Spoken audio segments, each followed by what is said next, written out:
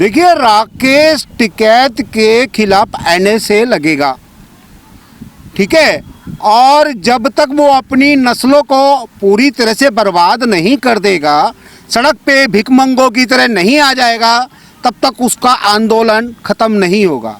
क्योंकि उसने ये ठान रखी है कि राकेश टिकैत के पीछे योगी का डंडा चले और मोदी का डंडा चले, और उसी डंडे का इंतजार राकेश टिकैत कर रहा है, क्योंकि उसका जो पिछवाड़ा काफ़ी हद तक फूल चुका है और उसको सुझाने के लिए डंडों की बहुत ज़्यादा ज़रूरत है। आज जिस तरह का अलगाव और जिस तरह का राष्ट्रद्रोह और जिस तरह की गद्दारी इन लोगों ने भारत माता के साथ की है, वो शायद अभी तक इतिहास में किसी ने भी इतनी बर्बरता नहीं दिखाई है। मेरा आपसे एक ही कहना है, चीर हरण किया है जिसने भारत माता का, लहू दे करके भी चुका नहीं सकता एहसान भारत माता का। जिस भारत माँ ने उसको सब कुछ दिया, उसी भारत माँ का चीर हरण लाल किले पे जाके झंडा उतार करके इन लोगों ने किया है।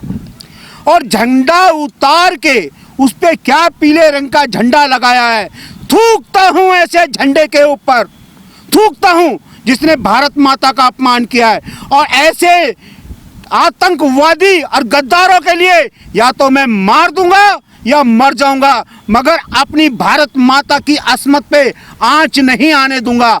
जिन लोगों ने भारत माता का चीर हरण किया है, उनको एक एक बात का हिसाब देना पड़ेगा। कहीं पे भी किसी भी जगह आज वो जाएंगे, लोग उनका मुंह काला करेंगे, गधे पे घुमाएंगे। तुम्हारी तरह से जो लोग हैं वो सारे एक से नहीं हैं। तुम गद्दार हो तो देशभक्त भी हैं। देशभक्तों के बीच में जाके तुम लोग बैठना, तुम्हारा मुंह काला करके गधों पे बिठा के अगर नहीं घुमाया तो मेरा भी नाम नहीं है। लेकिन कुछ लोग अब भी कह रहे हैं वो झंडा किसानों का था, क्या दिक्कत हो गई? वो झंडा किसानों का नहीं था, वो खालसा पंथ का था। ऐसा है, किसानों का झंडा और डंडा वो अपने खेतों में गाड़े, लाल किले पे गाड़ने की उनकी क्या जगह है। आज जब हमारा सैनिकों का त्योहार है, उस सैनिकों के त्योहार के अंदर इन लोगों को बढ़ चढ़ करके हिस्सा लेना चाहिए था। पूरी तरह से इन लोगों ने सैनिकों के त्योहार में विघन डालने की कोशिश करी है।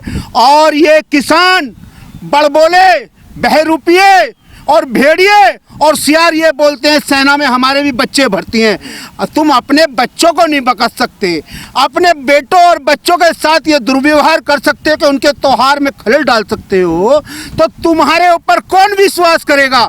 ना तो तुम्हारे घर वाले विश्वास करेंगे, ना तुम्हारा अड़ोसी पड़ोसी करेगा।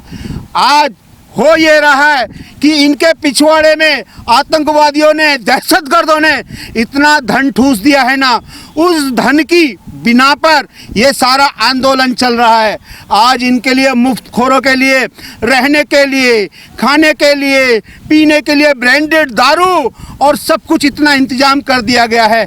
कल की रैली में देखते एक एक ट्रैक्टर के अंदर 50-50 बोतलें लेकर के बैठे हुए थे और फ्री में दारू पिला रहे थे, लोगों को भड़का रहे थे। इनके अंदर इतना जोश नहीं है। दारू पी करके कहते हैं ना, अदना सा भी आदमी अपने आप को दारा सिंह समझ लेता है। वही इन लोगों ने किया। नशे के अंदर आकर के जो अपनी माँ का अपमान कर दे, वो किसान कैसे हो सकता है? वो किसान कैसे हो सकता है जो अपने बच्चों के त्योहार, जवानों के त्योहार पे आकर के उसमें खलल डाले? वो किसान कैसा हो सकता है? जो भारत माता की अस्मिता पर हाथ डाले, वो किसान कैसा हो सकता है? किसानों के भेष में भेड़िए बैठे हुए हैं, किसानों के भेष के अंदर बहरूपिये बैठे हुए हैं, किसानों के भेष में सियार बैठे हुए हैं। कब किस आदमी को नोच के खा जाएंगे, कब किस आदमी को नोच के खा जाए, कब किस आदमी का गला दबा दे किसी का, इनमें विश्वास नहीं है। कल हमारी दिल्ली पुलिस के जवानों के साथ जो बर्बरता इन्होंने करी है, आज हमारा 150 दिल्ली पुलिस का जवान अस्पताल के अंदर भर्ती होकर अपना इलाज करा रहा है। ये हमारे दिल्ली पुलिस के जवानों की सहनशीलता थी। दिल्ली पुलिस के जवान यही कहते रहे, हमें ऊपर से ऑर्डर नहीं है, नहीं तो 100 पे हम एक भारी हैं, इतनी हिम्मत रखते हैं।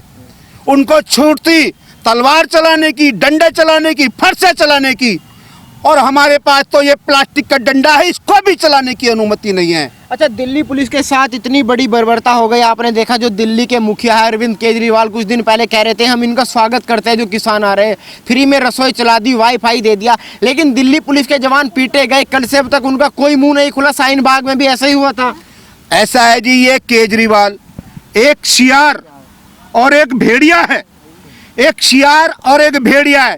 ये उसी जगह जाता है, ये उसी जगह जाता है क्योंकि शियार गला सड़ा मांस खाने के लिए जाता है, और इसका भी काम यही है केजरीवाल का। हमारी दिल्ली का सबसे निकम्मा, मुफ्तखोर और मुफ्त में लोगों को खिलाने वाला। आज एमसीडी का करोड़ों रुपया लोगों को तनख्वाह नहीं मिल रही है, उनको टाइम से आज 3-3, 4-4 महीने लेट तनख्वाह दे रहा है, और आतंकवादियों में पैसा लुटाने आ रहा है।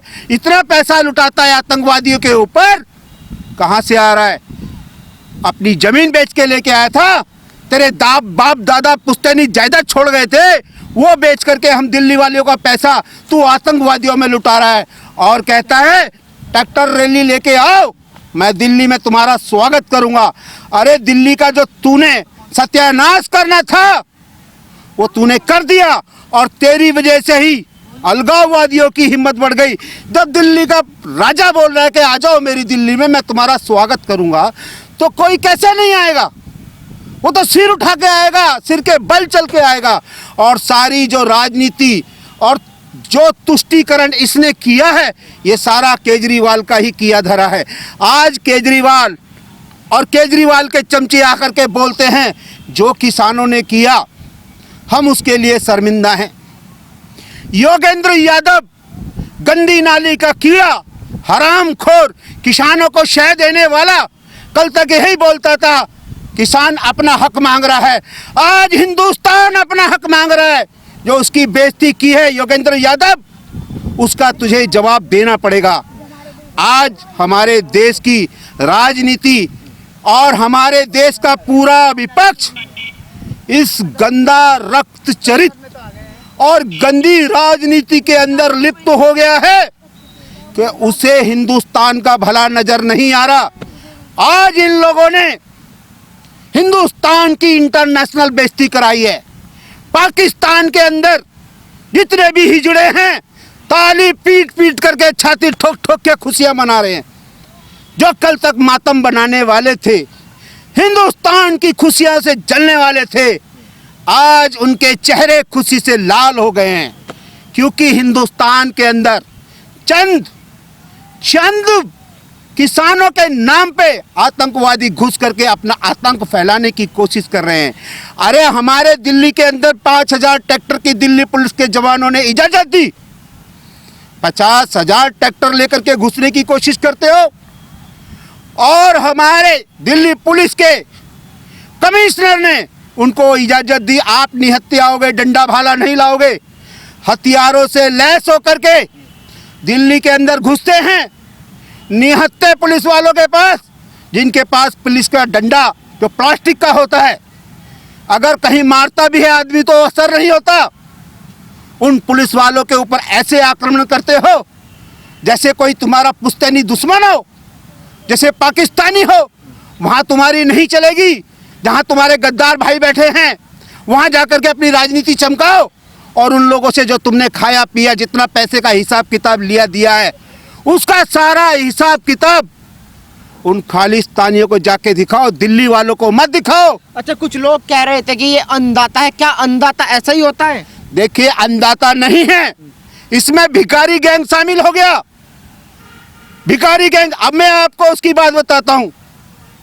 देखिए, डीजल कहते हैं हमको फ्री में चाहिए, यूरिया फ्री में चाहिए, खाद फ्री में चाहिए, सब्सिडी के ट्रैक्टर चाहिए, 5 लाख रुपए का लोन चाहिए, और 20 से 25 रुपए किलो अनाज हमारा बिकना चाहिए।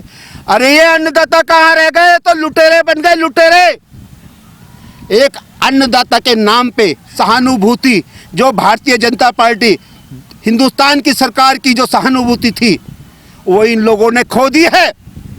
और जितना भी 150 करोड़ भारतवासी है, उनके दिल के अंदर इन किसान बहरूपी सियार जो बैठे हैं, इनके प्रति इतनी घृणा पैदा हो गई है कि जो अगर इन्होंने ये घृणित कार्य किया है, अगर इनको जान से मार भी दिया जाए ना तब भी कम है। अगर यही फैसला जो झंडा लेकर के ऊपर चढ़ रहा था, मेरे जैसा व्यक्ति होता, ऊपर से वहीं साले को टपका देता, गोली मार देता, चाहे उसके लिए मुझे फांसी हो जाती, मगर अपने देश का अपमान होने से मैं बचा लेता। अच्छा, आपने अमरिंदर सिंह को भी देखा होगा, वो भी कह रहे हैं कि मैं निंदा करता हूँ हिंसा की, जितने भी लोग हैं वो वापस बॉर्डर लौट जाए। उन्होंने एक बार भी ये नहीं कहा कि जिन लोगों ने हिंसा किया उन पर कार्रवाई होना चाहिए और जो लोग हैं वो अपने घर लौट जाए। वो नहीं बोल सकता। अगर पंजाब का व्यक्ति सबसे आज ज़्यादा बैठा हुआ है सिंधु बॉर्डर पे, जिनकी चिंगारी सबसे पहले प्रकाश सिंह बादल की बहू सुखबीर सिंह बादल की पत्नी ने अपना इस्तीफा दे करके का किसान जो बिल आया था उसके खिलाफ आग तो उन्हीं लोगों ने लगाई है। सबसे बड़ी मंडियां किसकी है? प्रकाश सिंह बादल की, सुखबीर सिंह बादल की, और सबसे बड़ा कमीशन एजेंट कौन है? कैप्टन अमरिंदर सिंह। आज ये किसान बिल लागू हो जाता है तो इनकी मंडियां बंद हो जाती हैं। देखिए, किसान पूरी तरह से इन लोगों ने चाहे लोभ दे के, लालच दे करके एक बरगलाया गया है, और 10% बरगलाया गया है। ध्यान रखना इस चीज़ का, 90% इनके ही आदमी है। जिस जगह पे फ्री का खाने को, फ्री का पीने को मिलेगा, वहाँ तो मैं भी जाकर के बैठता हूँ, तुम भी जाके बैठ जाओगे, कोई बैठ जाएगा, मगर कोई देशभक्त नहीं बैठेगा। जो देशभक्त होगा वो सुबह से लेकर शाम तक मेहनत करेगा, शाम को अपने घर में खाएगा। अच्छा, जिस तरीके से इन किसान नेताओं ने पल्ला झाड़ लिया है, राकेश टिकैत भी कह रहे हैं कि हमारा इनसे कोई लेना देना नहीं है। पहले ये लोगों को भड़काते हैं, आंदोलन करवाते हैं, आगजनी करवाते हैं, तोड़फोड़ करवाते हैं, अब कह रहे हैं ये तो हमारे आदमी थे ही नहीं, ना ही हमारा इनसे कोई लेना देना है। आज देखिए, एक वो मुल्ला नाम का कम्युनिस्ट पार्टी का नेता है, वो बोलता है आंदोलन है, आंदोलन तो चलेगा। अरे आंदोलन चलेगा, ये ऐसा आंदोलन नहीं चलेगा मुल्ला, तेरी वही कब्र खोद करके। और कम्युनिस्ट पार्टी जो कि चीन के सहारे के ऊपर चलती है, चीन को सपोर्ट करती है, हिंदुस्तानी आज तक इन कम्युनिस्ट पार्टियों को पसंद नहीं आए। ये एक ही कौम के तलवे चाटते हैं कम्युनिस्ट पार्टी वाले। इन कम्युनिस्ट पार्टी के अंदर अगर आज देश आ जाए, पूरे देश को गुलाम बना देंगे चाइना का ये, क्योंकि हरामजादी और इतनी निकम्मी पार्टी कम्युनिस्ट वाली है। जितने भी कम्युनिस्ट पार्टी के नेता हैं वो हमेशा देश के खिलाफ बोलते हैं, देश के लिए उनके मुंह से एक शब्द नहीं निकलता। देखिए, कल 26 जनवरी